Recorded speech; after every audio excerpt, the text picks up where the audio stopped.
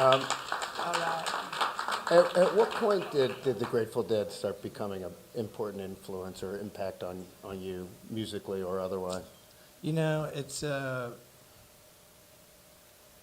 so funny because I had this security guard. I don't remember his name because I'm a horrible person.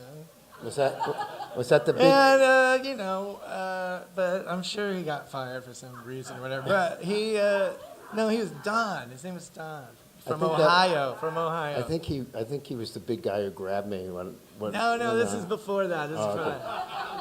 But no, this wasn't about that. But I always remember because, he was around a lot, and I've always been obsessively listening to music, and I have to have music on, and it's, I'm into it, lots of different kinds of music, annoyingly so to everyone around. And one day, he came up to me, after the show, and he's like, "Hey, man, you don't listen to the Grateful Dead?" And I was like, "No, I don't." Because to me, in the 80s, what I knew the Grateful Dead was like Bob wearing shorts singing Little Red Rooster, And in my mind at that time, I was like, I'm not buying this, I'm from Atlanta, and my first concert was Kool and the Gang, so I'm not buying this guy in the shorts, But Bob's shorts aside,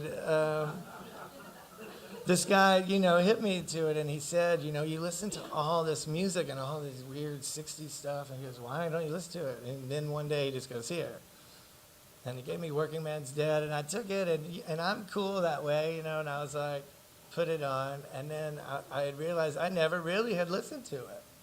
You know what I mean? Like anything else, I thought, whatever.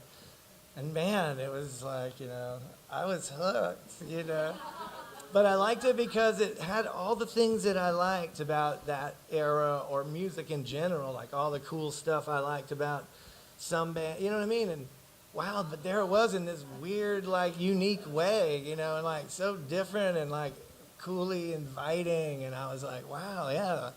And super druggy and good, and I was like, yeah, this is good, and I'm, instantly some sort of moth eating through all the pages, and that was kind of it, yeah, and then I was sort of lucky enough to be spoiled, rotten little rock and roll kid that when I went to my first Dead shows in Atlanta in '91, and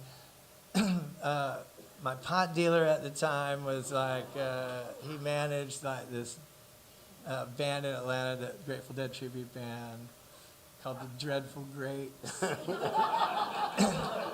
And so I'm in the Black Crowes and stuff, He has no idea, I just can pay for the weed, So the Dead come, and I'm like, well, we gotta go, So we call and get tickets, and we roll down, and I have no idea. I don't know what's happening yet. This is, you know what I mean? They walk in the back door, someone gives us laminates, hands me 2 joints, and then walk. We're already what, They said, walk on stage, man, next thing I know, I'm standing there, and Jerry's right there, and I'm cool, all right, I'm feeling it, but I look over at my friend who's been to 500 Dead shows, and he's going like this.